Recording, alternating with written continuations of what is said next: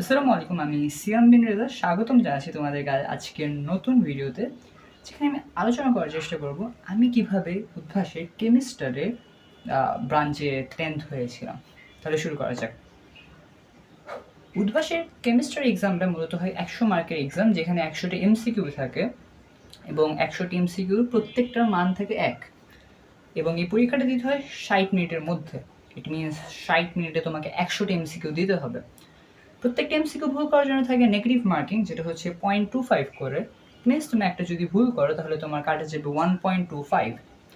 ওকে, এই এক্সামটা মূলত তোমার উদ্ভাসের প্রায় 400রও বেশি সেন্টারে নিয়ে থাকে উদ্ভাস, এবং এই এক্সামটার ক্ষেত্রে ছেলে এবং মেয়েদের জন্য আলাদা টাইম ভিত্তিক এক্সাম দেওয়াটা হয়। যদি আমি কোয়েশ্চেন প্যাটার্নটা একটু বলার চেষ্টা করি, কোয়েশ্চেন প্যাটার্নটা অনেক সুন্দর আসলে। কারণটা হচ্ছে যে উদ্ভাসের কোয়েশ্চেন প্যাটার্ন আসলে বাংলাদেশে আমি কোনো জায়গায় দেখিনি এরকম কোয়েশ্চেন প্যাটার্ন করে। সেটা কি, উদ্ভাসের সেট তুমি কখনো মিলাইতে পারবে না, মানে খুবই টাফ যে তুমি তোমার মানুষের আশেপাশের জনের সাথে সেট মিলাবে, এটা খুবই টাফ একটা জিনিস, যেটা তুমি সেট মিলবেই না, মানে এত পরিমাণ সেট করে ওরা। অ্যান্ড মজার ফ্যাক্টটা হচ্ছে কি, সেট মিললেও মানে অনেক কিছু চেঞ্জেস থাকে আশেপাশে। তাহলে কী কী চেঞ্জেস থাকে দেখো, ধরো আমি তোমার পাশে বসছি, হ্যাঁ, তো তোমার যদি একটা কোয়েশ্চেন আসে যে ল্যান্থেনাইট সিরিজের মৌল কত থেকে কত, আমার আসবে অ্যাক্টিনাইট সিরিজের মৌলগুলো। সুভাষ এত সুন্দর রকমের কোয়েশ্চেনগুলো করে থাকে। তোমাকে NaCl দিলে আমাকে ধরো Mg মানে ম্যাগনেসিয়াম ফ্লুরাইড দিল, এরকম। আচ্ছা, তো কোয়েশ্চেন ডিসকাস করা শেষ, এরপর আসি যে কেমিস্ট্রির প্রিপারেশন কীভাবে নিব আসলে। এটার প্রিপারেশনটা যদি আমি বলতে চাই, ফার্স্ট অফ অল আমাদের কি অলিম্পিয়াড বেস প্রিপারেশন নেওয়া লাগবে? নো, অলিম্পিয়াড বেস প্রিপারেশন নিতে হবে না। এক্ষেত্রে তুমি যদি গাইডও আসলে সলভ করা লাগে না, তুমি যদি টেস্ট পেপারটা ভালো মতো সলভ করো, বুঝছো আমার কথা, টেস্ট পেপারটা যদি তুমি তোমার সবচেয়ে ভালো মতো সলভ করতে পারো, ইনশাআল্লাহ তুমি কেমিস্ট্রির টপ 500 সেন্ট্রালিতে এসেই পড়বা। এক্সামটা প্রায় 20,000-এরও বেশি মানুষজন দিয়ে থাকে, ওইখান থেকে ছেলে মেয়ে মিলায় টপ 500-এ আসলে তুমি এখান থেকে ক্রেস্ট এবং প্রাইজ মানি পাবা, যেটা খুবই টাফ একটা এক্সাম, বাংলাদেশে ওয়ান অফ দ্য লাইক আমার কাছে লাগে অলিম্পিয়াডের দিক থেকে। তাইলে কিভাবে তুমি আসলে আসবা এই পজিশনটাতে? এই জন্য প্রিপারেশন নিতে হবে টেস্ট পেপার ভিত্তিক। উদ্ভাসে তোমার 90% কোয়েশ্চেন আসে পুরো বোর্ড কোয়েশ্চেন, হুবহু বোর্ড কোয়েশ্চেন।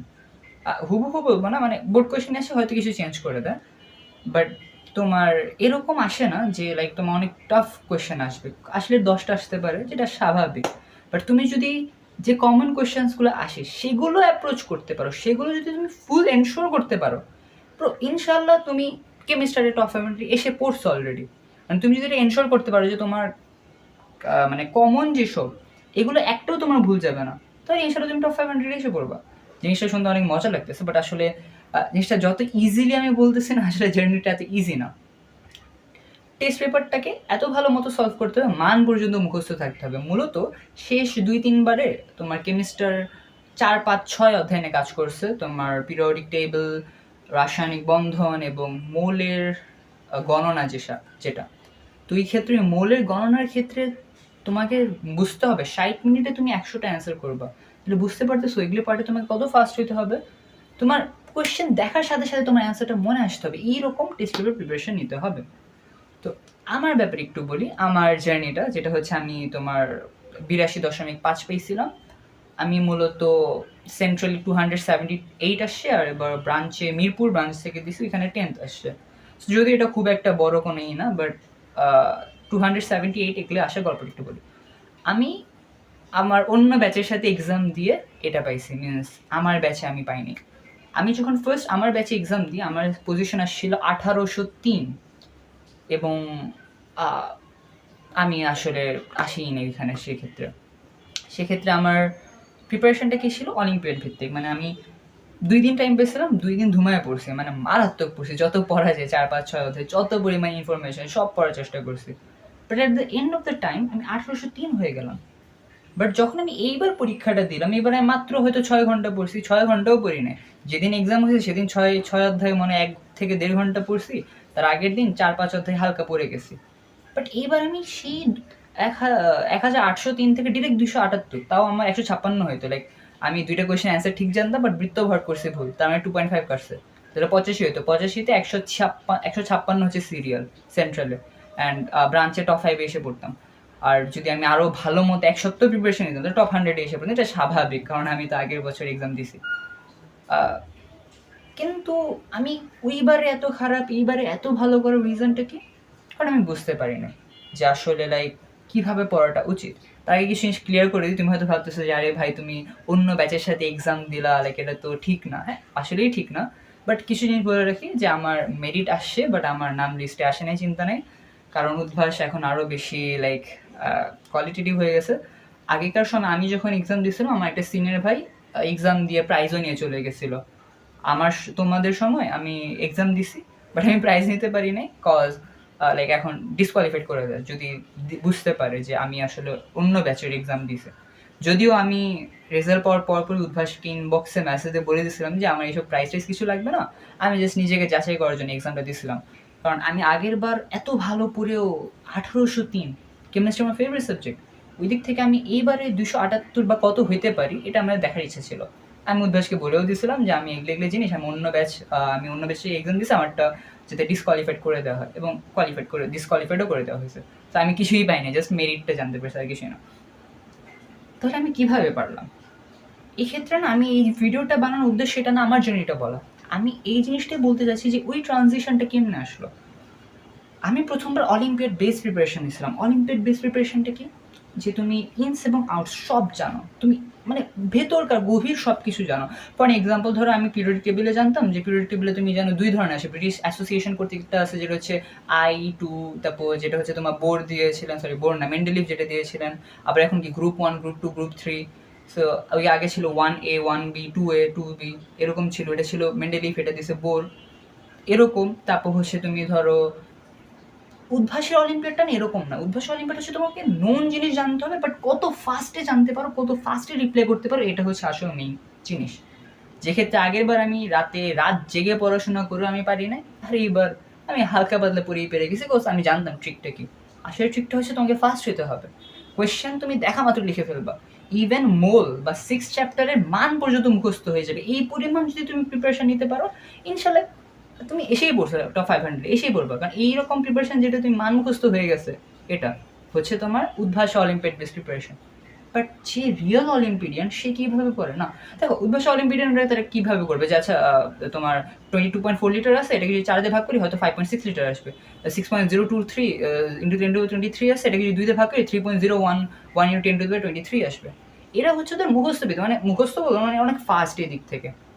বাট যে রিয়েল অলিম্পিডিয়ান সে কিন্তু এগুলোর দিক দিয়ে অত ভালো না। সে আসলে জানবে যে আচ্ছা 6.023 ইন্টু 10⁻23 এটা তো অ্যাভোগাড্রো নাম্বারই না, এটা হচ্ছে 6.022140756 ইন্টু 10⁻23, যেটা তোমাদের ফিজিক্স ফার্স্ট চ্যাপ্টার বইই আছে।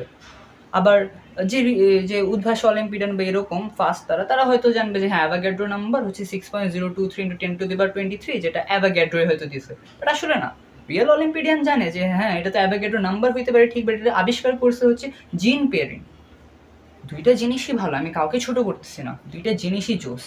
বাট কোনটার ক্ষেত্রে কোনটা, ধরো তুমি রিয়েল অলিম্পিয়াড দিও, কেমিস্ট্রি অলিম্পিয়াড, সেই জায়গায় যদি তুমি বোর্ড কোয়েশ্চেন ধুমায় সলভ করে যাও, মান পর্যন্ত মুখস্থ হয়ে যায়, ওইখানে আসলে তুমি বেনিফিটেড কিছুই করতে পারবে না। বাট তুমি যদি উদ্ভাস অলিম্পিয়াড দাও, আমার মতো যদি প্রথম ভুলটা করো যে সব কিছু পড়ছো কী কী আছে, ইনস এবং আউটস কীভাবে হয়, ল্যাটিস এনথালপি, ধরো তোমার হাইড্রেশন এনথালপি কেন হয়, AgCl দ্রবীভূত হয় না কেন, সিলভারটা হয় না কেন, এরকম যদি আরও অনেক ইনস অ্যান্ড আউটস মুখস্থ করো বা জেনে শুনে যাও, উদ্ভাসে ওইটাই ভালো করতে পারবা না। যেই জন্য ফার্স্ট ট্রমাটা আমি খেয়েছিলাম আমার ফার্স্ট অলিম্পিয়াড কেমিস্ট্রি, যেটা আমার ব্যাচের সাথে দিয়েছিলাম, তখন আমি পারি নাই, যদিও আমি 2 দিনে অনেক ভালো একটা প্রিপারেশন নিয়েছিলাম। বাট যখন আমি বুঝতে পারলাম যে না, আসলে আমি যদি যত ফাস্ট হতে পারবো এবং বোর্ড কোয়েশ্চেনটা আমি যত ভালো মতো মনে রাখতে পারবো, কেমিস্ট্রি আমি ক্র্যাক করতে পারবো। অ্যান্ড দেখো আমি শুক্রবার এক্সাম হয়েছে, বৃহস্পতিবার বিকালের পর পড়ছি 4-5 অধ্যায়, সকালে জাস্ট 6 অধ্যায় 1.5 ঘন্টা পড়ছি, দেন চলে গেছি। এমন না যে তুমি লাগে 6 ঘন্টা পড়েই চান্সো, মানে আমি আগে একবার তো SSC দিয়েছি, সেক্ষেত্রে তো আমার এই অধ্যায় ভালো মতো পড়তেই হয়েছে। তো আমার জিনিসটা কী ছিল যে আমি এমনভাবে পড়বো যে আমার ভাই হুবহু মুখস্থ থাকবে, যে এই বোর্ডটা এইভাবে আসে, আমি চোখে দেখবো আর দাগাই দিব। যেমন আমি যখন এক্সামটা দিচ্ছিলাম, আমার এখনও মনে আছে, আমি কয়েকটা হুবহু মান আমার মুখস্থ ছিল, যে ধরো কত মোল হবে বা পারমাণবিক ভর কত হবে, লিমিটিং বিক্রিয়কের মান কত হবে। এই জিনিসগুলো কিন্তু অনেক টাইম কনজিউমিং কোয়েশ্চেন, যে ধরো 1.5 মিনিট চলে যাবে। এখানে আমি করতে করতে যদি আমার মুখস্থ হয়ে যায় যে এইটার মান তো এটা হবে, তাহলে কিন্তু জোস একটা জিনিস, আমি জাস্ট হুবহু বৃত্ত ভরাট করবো। তো অ্যাট দ্য ফাইনালে আমি একটা জিনিসই বলতে চাচ্ছি তোমাকে, যে কেমিস্ট্রির হার্ড কিছু না, বাট ইজি কিছুও না। কেমিস্ট্রি যদি তুমি ক্র্যাক করতে চাও, এক্ষেত্রে তোমাকে অনেক ভালো মতো টেস্ট পেপারটা পারতে হবে, 90% তোমার কভার হয়ে যাবে। নাও কামস দ্য কোয়েশ্চেন 10%। এই 10% না আমার সময় কেউ আমাকে বলে দেয় না, এবং আমি আশেপাশে অনেক খুঁজছি যে কারোর কাছে জানার ক্ষেত্রে যে 10% আমি কেমনি ক্র্যাক করবো। তো আমি অনেক জানাশোনা করার পর, অনেক অ্যানালাইসিস করার পর একটা জিনিস বুঝতে পারছি, এই 10%টা ক্র্যাক করাটাও খুব একটা টাফ না। এই 10%টা একটু আগে থেকে, একটু ভালোই আগে থেকে এই 10%-এর জন্য প্রিপারেশনটা নিতে হবে। সেই প্রিপারেশনটা কি? দেখো, দিন শেষ কিন্তু ম্যাথ রিলেটেড জিনিসই আসে উদ্ভাসে, যে 10% এটা ম্যাথ রিলেটেড জিনিস আসে। অত কনসেপচুয়ালে তোমার 10% আসে না, আনকমন। বেশিরভাগই আনকমন আসে ম্যাথগুলো, যেটা আসলে তুমি পারবাও না। তো এইগুলো কীভাবে করবো, এগুলোর জন্য কীভাবে প্রিপারেশন নেব, সেটার জন্য তুমি যেটা করতে পারো, তুমি হয়তো নিটের নামক একটা পেজ বা অর্গানাইজেশনের নাম শুনছো। তারা মূলত নটরডেম বা কলেজ অ্যাডমিশনের জন্য বই লিখে থাকে, অনেক বেশি ফেমাস তারা। তো তাদের যদি তুমি গাণিতিক পদার্থবিজ্ঞান এবং গাণিতিক রসায়ন প্র্যাকটিস করতে পারো আগে থেকে, এখানে তোমার মানে রেলিভেন্ট টপিকে বুয়েটের কোয়েশনও দিয়ে রাখে।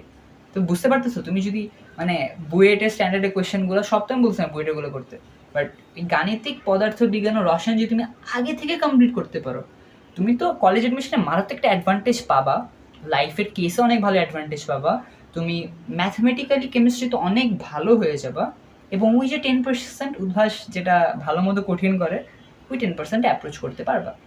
তাহলে প্রিপারেশনটা কীরকম দাঁড়ালো? টেস্ট পেপার মারাত্মকভাবে সলভ করতে হবে, হুবহু যাতে মান দেখলে মুখস্থ মানে এমন করতে করতে মুখস্থ হয়ে যাবে মানটা, যে তুমি কোয়েশ্চেন দেখলে বৃত্তভট করে দিতে পারো।